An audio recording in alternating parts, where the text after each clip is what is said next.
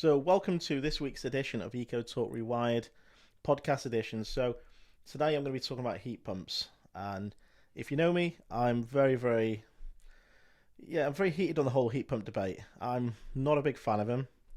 And for anyone who's asking, yes, I do have experience with them. So, when I first launched my company, we got involved in biomass, we got involved in heat pumps, ground and air source, we've got solar thermal. I've been involved in all types of renewable heating technologies, and they're all a pain in the ass for various different reasons. But today we're talking about heat pumps. Maybe next time I'll talk about biomass or ground source and some of the benefits and flaws. But today it's heat pumps. As you've seen in the media, the government is massively pushing the heat pump agenda, and I disagree. And if you go on Google, you can search me, and you'll see that I've been quite vocal around heat pumps in the past, even writing letters to the Prime Minister, because they're not the ultimate solution. I'm not saying they don't work as such, but they're not the solution, and that's the key thing here.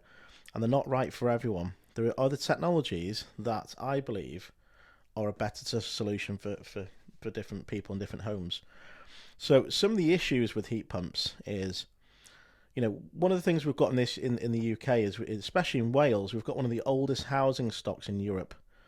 And a lot of those properties are stone wall, so we've got very old aging housing stock because we haven't been building enough houses for years. And what that means is we've obviously got a big retrofit program. That's something the government are gearing up towards. So with a heat pump, if you're not aware, heat pumps run at lower temperatures. So they suck in cold air, compress it, goes through a heat exchange, and out comes some warm air. And one of the biggest scams you'll get with a heat pump is if you put 1 kilowatt of energy in, you'll get 5 out.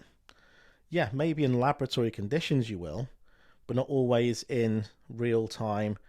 And especially when it gets colder, in the colder months, you're definitely not going to be getting anywhere near that. But you can still get some benefits. But because the heat's lower, the temperature's lower, you've got to get bigger radiators in. So now, if you think about your home, I mean, everyone hates radiators anyway, because you can't put things there. You want to put something against that wall. So now you've got a situation where you've got radiators that could be 30% bigger, if not more, depending on the type of the room. So think about that as a problem. So there's a cost to that. Plus, the installation of a heat pump can be very invasive, and it's not like other technologies you can fit. But the biggest thing for me when it comes to heat pumps is, they're expensive, and I think there's an awful lot of stories around people who are struggling to heat their homes because of heat pumps, because their electricity bills have gone through the roof. Unfortunately, gas is relatively cheap, and obviously we know it's not the future, but it is relatively cheap in comparison to other sort of heating. But I know it's not the answer. But with heat pumps, there's an awful lot of stories where people have had, we're talking low-income properties here, people in housing association properties who've had a heat pump fitted, and now they can't even afford to run the place because their bills have gone up 5 times than what they were before to heat their homes. So heat pumps, they do work, but you've just got to be very careful.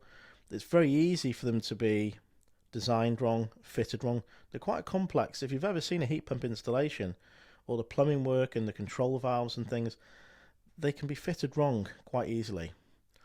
Another scary aspect of heat pumps at the moment is you can now get a heat pump under Eco 4 grant. So if you're on certain benefits, etc., you can qualify for a free heat pump and some various other things. Again, these people are people who are possibly in fuel poverty, who are having these heat pumps fitted. But the downside with the Eco 4 scheme is the installer will get a lump of cash, and they have to deliver X, Y, and Z within that budget. So what it's actually going to happen is the contractor who's doing it is going to want to make as much profit as he can, because that's what they're like. But they're a business, I get it. But what it means for the consumer, the homeowner, or the tenant, they're going to get the cheapest product, the cheapest install, the cheapest company going to do it, so they make as much money as possible. And this is happening over and over again, seeing it loads of places. And we're going to end up with loads of headaches, loads of people into these Eco 4 grants. And it's happening in the Eco grant sector for years, is companies just doing poor work. You know, don't get me wrong, there's some good companies out there. There's an awful lot of companies doing bad work. And we're just incentivizing the wrong behavior under the Eco 4 grant. And people are, you know, companies are just literally doing getting the cheapest company they're in, cheapest products, cheapest heat pumps, cheapest solar panels, whatever it is, because they want to maximize their margin. But in the end, the tenant, homeowner, whoever, are going to get, you know, not a great solution, or something that's not going to last, and something that's going to cause problems in the year. But one of the biggest things and biggest flaws, and this is what I actually spoke to the government about when it comes to heat pumps. There's a lot of pointing going on today because I'm actually quite passionate about the whole heat pump agenda. Is I just think it's the wrong way around. The government have got the whole heat pump agenda the wrong way around. The government should have been getting as many people to have had solar panels first. And I know I'm biased because I'm a solar panel company, but this is just logic, you know, and you know, feel free to comment your thoughts on this, but wouldn't it make sense for everyone to have solar panels first and then have a heat pump fitted, so you can use the free power from the solar to help power your heat pump, which is now a big electricity demand? You know, heat pumps are so energy intensive and heavy, you actually have to notify the local grid. That's how heavy energy they are. So wouldn't it just make sense that the government should have said, right, this is what we're going to do. We need to move away from gas, and everyone needs to have a heat pump. But first, we need to make sure that everyone who has a home can actually afford to run a heat pump. So we need to ensure everyone's got solar panels where possible, so when they do get a heat pump, their bills are lower. No, that's not what happened. And we're now going to see a situation where thousands, if not potentially millions of people are going to have heat pumps fitted in their properties and not afford to be able to run them. So I welcome your comments and thoughts on this. It's not that heat pumps don't work. They can work, and they do work, but I just don't think they're the ultimate solution. There are other technologies available. Infrared heating is one. If you're not sure what it is, go on our website, carbonzerorenewables.co.uk. Take a look. It's a low energy. This room I'm sat in now, we have a infrared heating panel powering it. It's another form of low energy heating, but again, it's electric, low energy, works great with solar panels. There are other technologies out there. Heat pumps are just not, you know, they're not the solution for everyone. And I'm sure I'm going to get some backlash from the heat pump industry from this video podcast. But like I said, I'm not saying they don't work. There's an awful lot that are being rushed installed, fitted poorly, not specified right, because they're quite complicated. I've been in the game. I've done it. I've made mistakes with heat pumps in the past. And it's one of the reasons I chose not to install many more, because they're very, very complicated and you've got to know what you're doing. So make sure if you're thinking about having a heat pump, you've done your homework on the company. Make sure, how long have they been fitting that heat pumps for? Because there's an awful lot of companies just starting up fitting heat pumps. And they might be a fantastic plumbing and heating company, but how much experience have they actually got in a heat pump? Have they just gone on a course with Worcester Bosch or whoever manufacturer, and you're their guinea pig, but they haven't told you?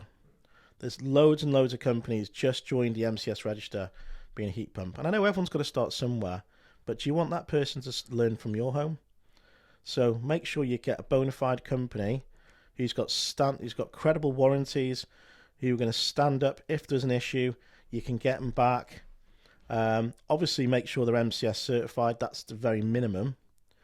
But look at their jobs. How long have they actually been installing heat pumps for? Ask for testimonials. If you can, and any credible company will do this, ask them to speak to an existing customer who you've installed recently for. If they want to give you one from a couple of years ago, you want something in the last 3 months. So that means they're actively installing, if not the last month. And have a chat with them and see how it's going. But it is also good to speak to somebody from a year ago, because then you can really get an understanding of how the bills have been over the last year. So, a few things to think about there. Is it really the right technology for you? It performs very different to heating in your home, from existing heating. It's low energy. You tend to keep it's low heat temperature.